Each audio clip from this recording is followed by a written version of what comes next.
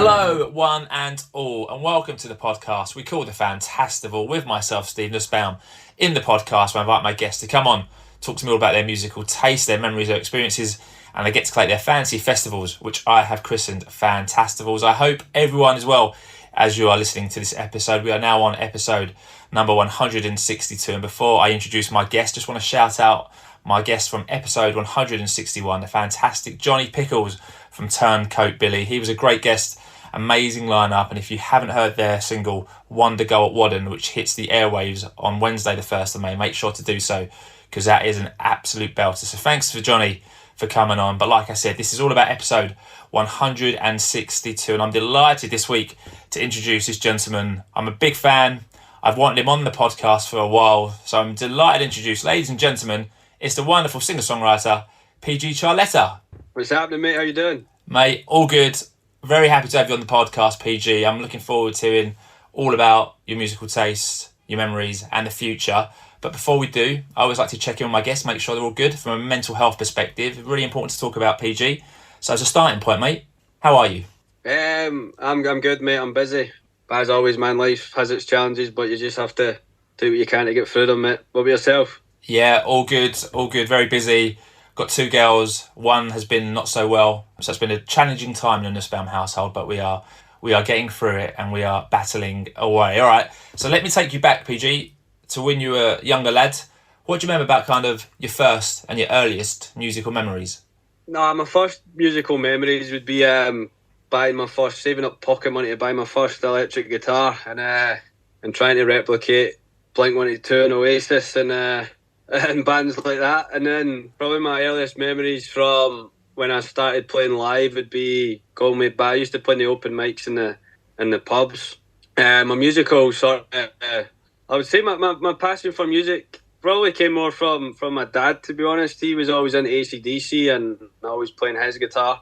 So obviously from a young age I saw that and I really, really wanted to do that. So that's probably the early moments. And I suppose one day I just decided to hit up the open mics. Always remember staring down the mic for the first time, absolutely, bricking myself. And then I sang a song and the place kind of reacted pretty well. And then from there we hit, lockdown, and I had lots of songwriting ideas, and I just happened to release a song called The Sesh. I don't really need to say what The Sesh is about. It's kind of self-explanatory. It's about having a good time over the weekend on multiple days. I released that, and then, here I am today, loving it, and, music's my passion. I love doing things that make me happy, that make other people happy, and yeah, I just love going out there and performing and playing to people. So you must have started at a fairly young age in PG, to be fair. So I guess kind of what gave you the motivation to do it at such a young age? You talk about hitting open mics, and as a youngster, that is quite a difficult and hard thing to do. So I guess where did that come from? I don't know. I think the thing that kind of hits me is, listen, we're not on the world for a long time. We're not on this planet for a long time. So, I just want to go out there and live life kind of on my terms and do things that, I want to do in my life. And I think when I kind of realised I had a wee bit of a talent and the love for performing, that was it. For me, it's like I really just wanted to go from there. It's a classic cliche that, one day life's going to flash before your eyes, and there's certain things I want to go out there and do before life flashes before my eyes, before I'm content. And obviously, going out there and living a certain life is very, very subjective. But I know what mine's is, and yeah, as I said, I love performing. I love the buzz of performing, and I love the impact that music can have on people from all over the world. And I love, the fact music can bring so many people together. So I think for me, that had the real motivation to go and really challenge myself in life and come out of comfort zone and kind of pursue that path. Just comes from that feeling and that passion, man. That's really where it comes from. At first it is daunting. It takes a lot of confidence and a lot of guts. And if I think back to, those days when you're kind of young and you're going into those environments, and the pubs are very unforgiving places. if you're shit, people will come up to you. Thankfully that never happened. When I played, I kind of got chucked £20 and asked to play another Johnny Cash song. But no, I think that's really it. Just from there, just having a passion for music and what music can do, and really just want to get out there and live a life like that. It's hard, but that's really what I wanted to kind of do and give me the motivation to pursue that. Did you always see yourself like as a solo acting, or were there bands that led to you kind of writing your own material, or have you always been kind of open mics, solo, obviously with a band behind you? Yeah, so I think for me, my stuff was always very, I would say, storytelling, folk. So that kind of starts with either an acoustic guitar or a set of keys. For me, it's an acoustic guitar, and then I just build from there. So yeah, it's always been for me a solo artist, then now going from a solo artist to being what I classify as a singer-songwriter, and then from there building up. So my style of music is very, Verses is all about a narrative, storytelling, want to get a point across or a message across, and then we come to the choruses, and that's when it becomes, I would say, anthemic. Yeah. So I build from, having that singer-songwriter vibe myself, and then build around that with having, say, the band or the boys I play with, they come in there and add that sort of extra oomph to get anthemic. And I think throughout the times that's been a formula that's worked very well across the world, and yeah, it's just I just really enjoy that too. Yeah, I mean, your chorus is a big sing-along anthemic, like you said, so I think you've nailed that. In terms of kind of influences around singer-songwriters, who would you say like your main influences are? Because I can hear little bits here and there, but who would you say your main influences are? There is my main ones would be obviously Scottish. I get mentioned like Jerry Cinnamon quite a lot, and other people, Dylan John Thomas, Jamie Webster, Lois Dunford. I love Lois Dunford stuff. You go further back, probably Tom Petty, The View, and then obviously I love a bit of the Stone Roses and Oasis. So there is quite a lot kind of fresher stuff, more Scottish stuff. There's a guy called Callum Beattie that's in Scotland coming through. His stuff's great as well, and even like the kind of singer-songwriter folky stuff like Noah Can as well. You see that sort of more an American project, but that's kind of doing really, really well. So it's a whole host of influences across the world, different types. So listen, I like to dip into different genres, folk and storytelling, indie rock. I love indie rock. That's my main thing. And then what I would say, there's a little bit of Scot or a little bit of Celt in my music as well. I do love punk. When I was at school, like I loved a bit of Green Day and Blink-182. So there is little subtle influences in there as well. So I would say that's really the main ones. But I don't know, what about yourself? What do you think? I definitely hear the Scottish Celt thing. I hear quite a bit of Proclaimers going on sometimes, which I don't think is a bad thing. Don't say that like I really hear that in some stuff. Like Until You Get Home, I felt had a real kind of ring to it in the chorus part, and I thought, I like this. It sounds good. Yeah. So, but I hear lots of different things, and the storyteller, I love a storyteller, and I think you tell your stories brilliantly. So, you mentioned the Sesh, where it all started in 2020. There's been more throughout until we find ourselves like current day. I'll talk about like the most recent singles. So I guess Please Stay, which was 2022, that was a belter, and then that was followed, like I just mentioned, by Until You Get Home. That was the one that I thought that was my favourite to date, I think. So tell us about that track, kind of. I guess about maybe the evolution from the Sesh to that track, because obviously that's been probably a good couple of years has passed since writing the Sesh to where you're at now. Yeah, I've come a long way since the Sesh. No, it's interesting because like I'm a far better writer now and musician, but it just comes through sort of experience, life, and a lot of practice. Like, see, when I wrote the Sesh, it was like half an hour's work and just belted out an acoustic guitar, and that was it. So it might have been raw talent, it might have been a fluke, who knows? But as I've went on, I've probably learned the value of collaborating with other people and realising it's more like, it's like 5-a-sides or 7-a-sides at football. It's like music is a team game, and there's a lot of talented writers and producers out there, and you're learning lots and lots from people, and it's obviously vice versa. People they learn from you as well. Until You Get Home, I think we just kind of developed there. It was more, I think it's kind of driven acoustic bass. I like having like a very hooky lead guitar lines to come in, kind of the ones that people, because I love guitar riffs where people can kind of hum along or sing along to it. I love when you go to a festival or a gig and you can do that when you watch a band or an artist play. So that's probably been consistent from the Sesh into like a song like Until You Get Home.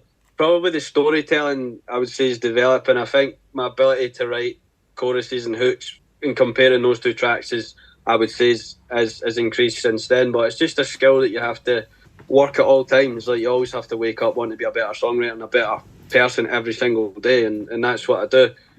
Narrative wise, Until You Get Home, so it's kind of depicted as, you know, for me, you're going out living your life, you're at a point, you know, your old flames, as it says in the song, they're all settling down, moving on, and you're just very much going out there and living a different kind of type of life, and you're kind of wondering when that next sort of connection is going to come from. Is it someone that you're going to meet? Is it someone that's living in another place right now that might come home, as it's say in the song?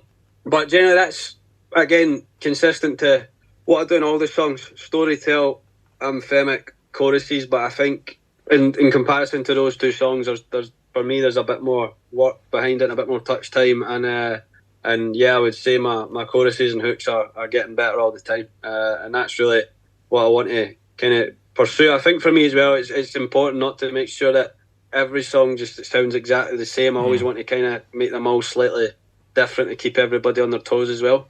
But yeah, Until You Get Home, it's a song I love, and people still say that, oh, that's still my favourite one or whatever. But yeah, no, I believe in that one. It's a great song, and it's a great one to play live as well. Yeah, it certainly is, and that was followed up later in 2024 with Start Revolution, the most current single that came out in March, and again another belter, PG. So I guess tell us about that one and the thinking behind that one.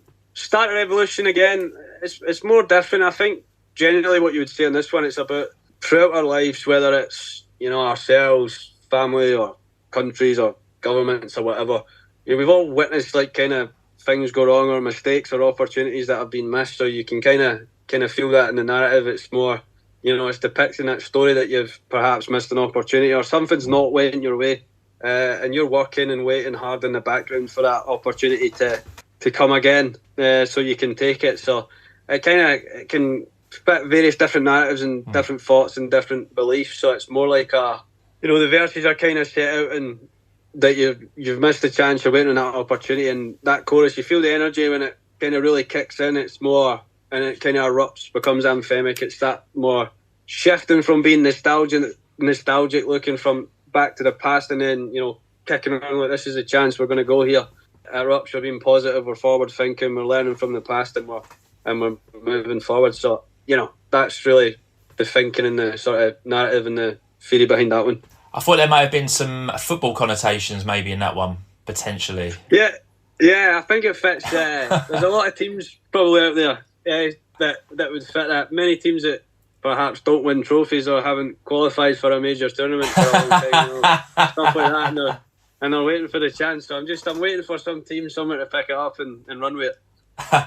So I guess in terms of that, I've seen you've done quite a lot with like the Scottish FA, and you've done Hampden, and you've done Murrayfield. So you've been quite active, I guess, in like the national sports kind of fixtures. I mean, how does that come about? How did that initially come about? Because I've seen you on rooftops. I've seen you like on turf. How has all that happened? A lot of stuff just really, it's a hard one. Like, I'd say Murrayfield's more just the power of social media, just getting out there, and again, it's putting yourself in situations and taking yourself out comfort zones to actually go and like do things on social media and sing songs and post the videos. And yeah, that kind of just came from videos going viral and moments going viral, whether it was on X as we know it now, or Instagram, or TikTok as well. You know, the one with, you know, Scotland and the Euros was more, you know, I played Isle of Wight Festival last year, and from there, you know, it was the day that he played Norway in a qualifier, and that idea just came to my head when I walked past a party tent, and then I literally just went up the road and posted it on TikTok, and it went absolutely viral. And every time I posted the song on TikTok, it went absolutely viral from there as well. So that's really how it came about. But listen, sport and football's always been part of my life, and you know, when I go about music, I just want to be myself, and that's why I kick about in Fred Perry and wear Adidas, and you know, kind of have my music and have a bit of a sport background to it as well, because it's just me and how I would go out and live my life. You know, it's the clothes I would wear and what I would do. I watch a lot of football. Like, even last night I watched a bit of Arsenal versus Chelsea and stuff like that. So listen, I love football and it's part of my life. So the beauty for me is there is a connection between music and sport. And there's one thing that's always constant for me, and it's without people there's no music, and without people there's no football, there's no sport. And that connection between music and football, or music and people, or sporting people and vice versa.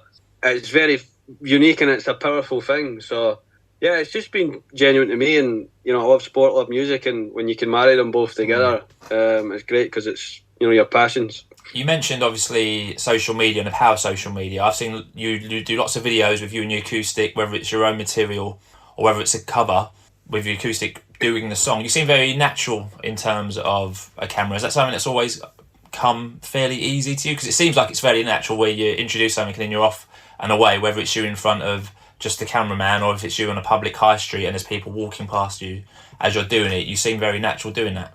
Yeah, you just learn to be shameless, man. But no, I think it takes a wee bit of time as well. I remember when I was first doing it, I was like, oh my God, people are watching. And then over time, you just gain a bit more confidence and a bit more experience and a bit of practice as well. And you just kind of get used to it. Generally, when you go out and about in the public and sing, man, folk are just they'll come up and compliment you, or they'll try and jump in the video and be funny. So there is really, for me, just nothing to be scared of. You're just going out there and doing what you love. So, it took a wee bit. It takes a bit to build the confidence and just a bit of sort of practice to get used to it. You get used to, like, for me, just staring at the camera and not blinking, just stupid stuff like that. You learn over time how to kind of appear a wee bit more natural and stuff. But you've just got to go out there and work it. You certainly do, mate. And in terms of, I guess, live dates, it seems like you've got some pretty big live dates coming up. Lots to be excited about. Yeah, so we're heading into a busy period. So 4th of May, Edinburgh in Scotland. That's the Stag and Dagger Festival. And then after that, I'm heading down to support the Crooks with Rolla in England. So that's across. I'm going to try and do it in date order. Probably we won't get it, but I think it's Nottingham, Birmingham, Sheffield, Newcastle, and Manchester. I think that they're not in date order there, but that's all the sort of cities I'm coming down to play on that tour, which is great. It's going to be a good one, and I think there's going to be a great crowd there. So I'm looking forward to that. And then I come back up the road on Saturday the 1st of June for my headline show in King Tuts. Can't wait for that one as well. And then after that, I'm away to Germany for a couple of dates so far, Munich and Cologne, which kind of coincides with the football. So it's a busy couple of weeks and shows coming up, but I can't wait for it. That would be amazing to play Germany around that time. It'd be very vibrant to be there. And I've also got the Why Not Festival that you've been added to as well. Yeah, how can I forget about that one? So yeah, 2nd of August, Why Not Festival. Again, playing the allotment stage or the tent with this feeling. No, I'm looking forward to that one. It's an amazing lineup, and I've heard a lot of good things about that festival. So I played Isle of Wight last year, so I'm looking forward to getting across to or getting down to Derbyshire to play Why Not. Amazing. That'd be a great festival. Why not? Yeah, absolutely. I went to see October Drift earlier in the week, so at the moment I'm completely infatuated again with October Drift. I always like to ask my guests what they're listening to. So PG, whether it's something new or old, what are you listening to at the moment, mate? I think what I'm listening at the moment is I kind of went back into the DMAs, the latest album. That one there, Fading Like a Picture, that's probably my favourite song of that. But that's probably the band that comes to mind. I like just kind of walking a bit the coastline of the parks and put a bit of the DMAs on. Just sound about the sound. Great stuff. And in terms of festivals so this podcast is all about people collating their fantasy festivals. Are you a big fan of festivals? Have you been to many? Love it. Yeah, probably recent ones I've been to Transmit Festival, obviously Isle of Wight Festival. And I was lucky enough, a couple of years back, I went down to Reading and Leeds. And just after COVID, I seen, who did I see? Liam Gallagher headlined that day. But yeah, no, great experience. I love festivals. Always a great atmosphere, proper party atmosphere. And yeah, you get to see some top level artists. So, have you got any favourite? I know you mentioned Liam Gallagher. Have you got any other kind of favourite festival experiences at all? So I remember that one. That day was Liam Gallagher. Obviously, I've seen Jerry Cinnamon play there as well. Who's probably what did I see? Transmit, I think last year was Sam Fender. Isle of Wight last year. Who did I see? Seen a bit of Jamie Webster in the Big Top. Also, Cortinas on the main stage. And if I go back before that, I remember one of the festivals that I was front row at the Killers. Oh wow! Which was an incredible experience. So yeah, those are some of my memories. Some great experiences there. So like I said at the top of the podcast, the aim of the Fantastival is getting our guests to collate their fantasy festivals. So PG gets to choose any 5 acts, one of whom must play one of their studio albums in full, and an encore. So PG gets to pick a song that all of his acts can perform together to close his fantasy festival. So it's very easy for any first-time listeners. 5 acts, take 5 time slots. So in the last episode, for example, I had Johnny Pickles on. He collated his E10 Mestival Fantasy Festival. He had Colin Thackeray as his opening act. Super Seconds, he picked Chaz and Dave. Midway Madness, he picked Bob Dylan. Pre-headline act, he picked The Rifles. And for his headline act, he picked Creedence Clearwater Revival and had them all play like a Rolling Stone to finish his fantasy festival. So very simple for any first-time listeners. So PG, tonight you get to collate your fantasy festival, but before you do, you get to give your fantasy festival a name and you get to give it a venue. So PG, what do you want to call your fantasy festival, mate? It's just going to be called PG Fest. I like it. Nice and simple, how we roll. And then we're going to go back to the old T in the Park site. Oh, okay, yeah, a few people have done that before. Did you ever go to T in the Park? Were you ever lucky enough to hit T in the Park? Yeah, I was lucky enough to go there. What a festival. I think for in Scotland, it was probably, again, comparable to the sizes of some of the festivals down south. Like Transmit Festival was great, but T in the Park was pretty big. A lot of stages and a lot of big acts have played that festival over the years. So I think if you speak to anybody Scottish on here, they'll probably reference T in the Park or the location of where that festival was hosted. Yeah, it's been mentioned once or twice, I must say. All right, so PG, before you pick your 5 acts, because you're going to take 5 with you, any acts you want to shout out who you love but just aren't going to make it into your lineup? I had to think of this one. So the first one would be Dictator. Some of my good pals from West Lothian, great band, doing their own thing, got their own lane, own sound. They just miss out. And another Scottish band from the west of Scotland called Slicks. I've watched them the last couple of years come through there. Again, great songs, great storytelling, very anthemic. And surprisingly, the View are going to miss out. And same with Las Vegas. I love a bit of Las Vegas as well. And the DMAs too, they're going to miss out. And Avril Lavigne as well. So the whole host. Fair enough. Like I said, you can only take 5, but you've played with Carl Falconer. I saw a video, didn't I? Like there was about a few years back of you joining him on stage to play a View song. Did you support him? Yeah. Support him? Yeah. So I ended up. I never supported that night. So I ended up. I was at a gig one night and he kind of clocked me 2 minutes before going on because it wasn't planned at all. Just improvised, and he was like, right. He says, I'm going to do a face for the radio and you're coming up to do backing vocals. So then I walk on the stage and he just goes, nah, you're singing it. So again, I just had to kind of go it and bail out. But no, when people like that bring you on stage to their audience, you know, you've got to obviously be very grateful because they're basically saying to their audience, you know, this guy's quite good. You know what I mean? Let's get behind him. And then when you've got a venue full of kind of Kyle Falconer fans and View fans there to just sing all night, you know, going up to sing Face for the Radio is probably the biggest crowd pleaser of the night. So you're going up to sing with, you know, all the people in the venue. But I want to experience. That's one of my favourite songs. But I used to play that, you know, when I was doing the sort of open mic festival sessions and stuff like that back in the day. So yeah, it was a pretty mental moment. And sometimes you just have to. I suppose it's the beauty of live as well. It's like it's not like when it's recorded. There's a period of time where you just have to improvise and kind of wing it and go for it. And you know, we've certainly done that night, and it went down really well.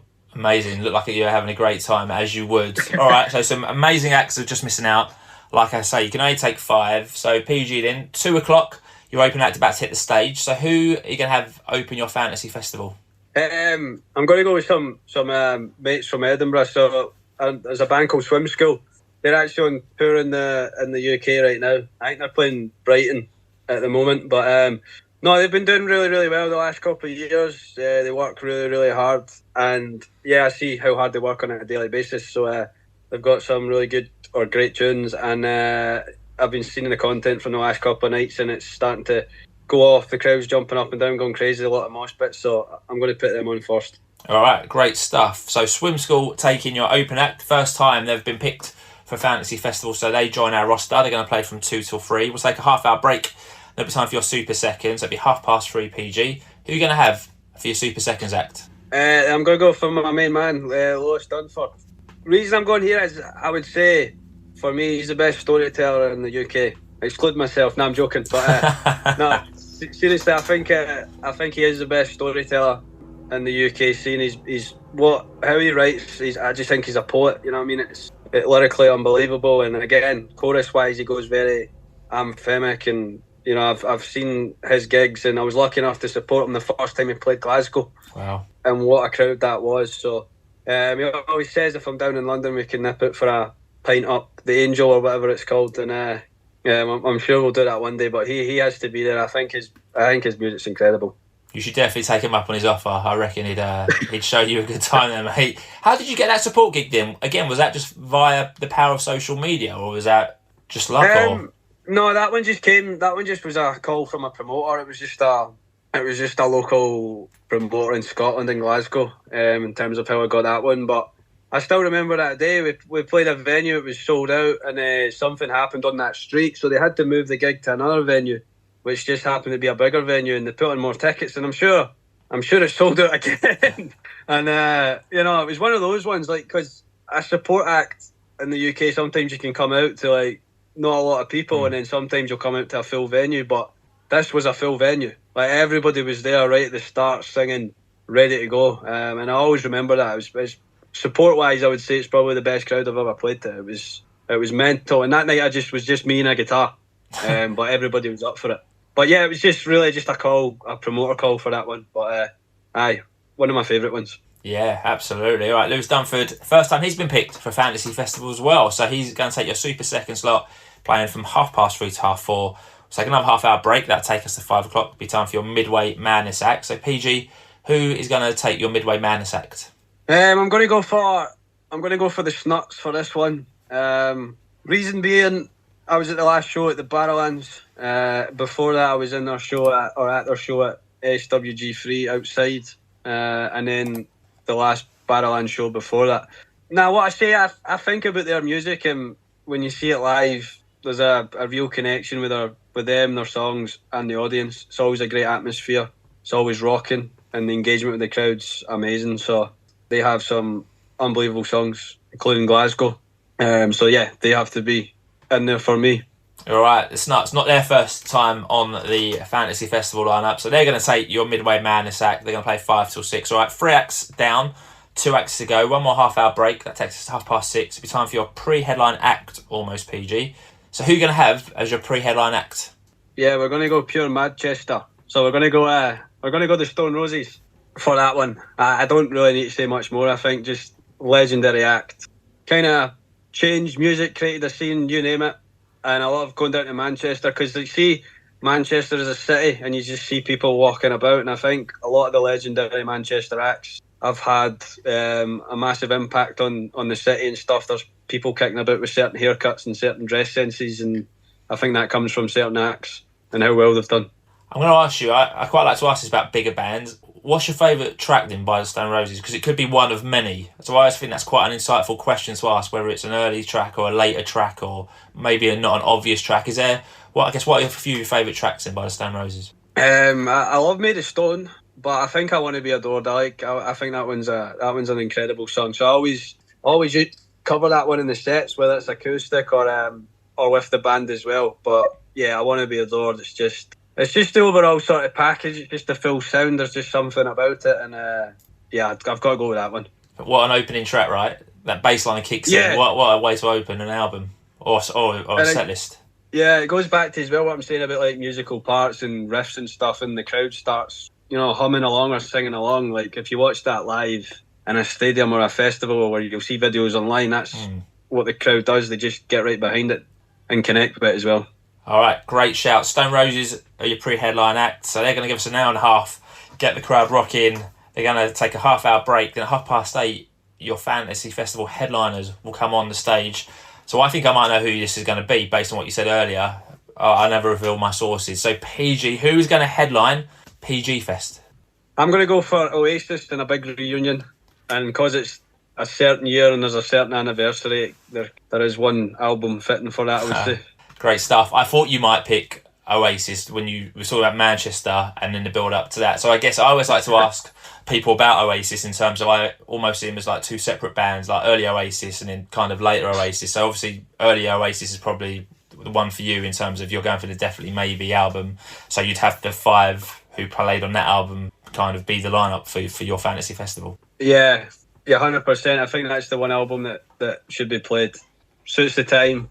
and it's the big anniversary. But yeah, no, it's again Oasis, similar to the Stone Roses. They've obviously had a massive impact on music and kind of life in general. So yeah, that seems the right time to have that as the headliner.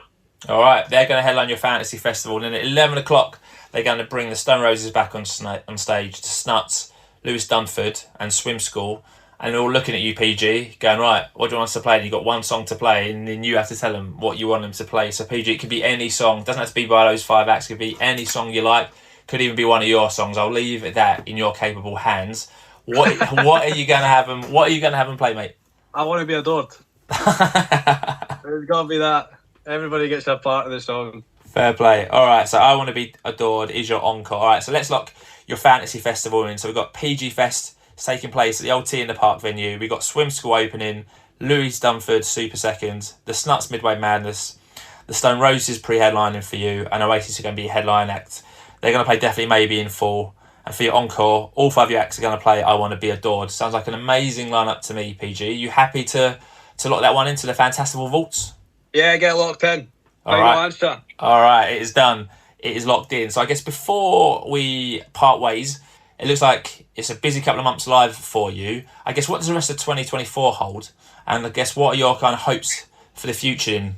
Yeah, rest of this year, obviously we've got shows, supports, festivals, kind of similar and towards the tail end of this year. Yeah, ramp up the amount of song releases, get more songs and obviously improve them all the time, and then really going into next year and beyond, it's get out to more territories, release more music, perhaps a bigger quantity of music at the same time, and then just build the venue sizes and get out and play bigger festival slots as well. So we'll see. Hopefully we can travel about the world.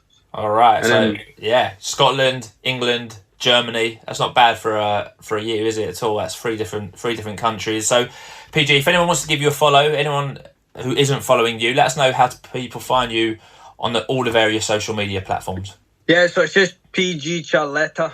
So yeah, that's my name on all of the platforms: Instagram, TikTok, X, formerly known as Twitter, YouTube, etc. So yeah, just PG Ciarletta, and it's the same on the streaming platforms: Spotify, Apple Music. Just search that and you'll find me there.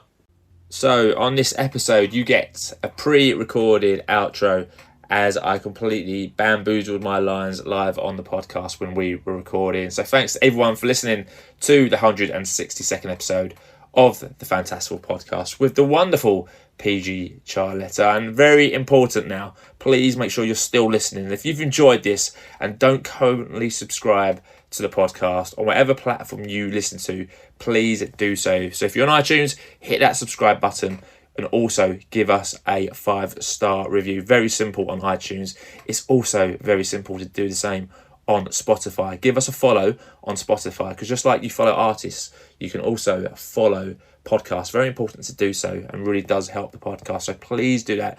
And if you are listening on Spotify, please give the show 5 stars. And you can also comment on the episode on Spotify. I'd be very grateful for you to do so. So please do that. That would really help out the podcast.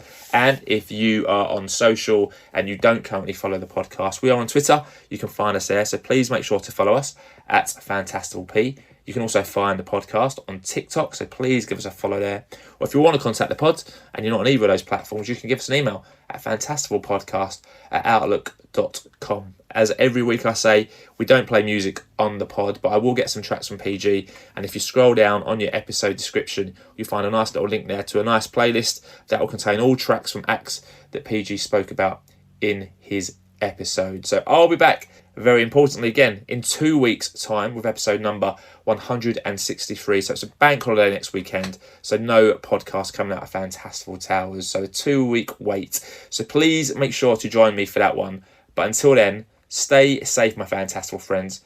Please continue to spread the word, and that word is Fantastival. And before I go, I'm going to let PG end the episode with his thoughts on what it's like to be a guest. Thanks for listening. No, I loved it, mate. It's been an absolute pleasure, and I'll see you soon.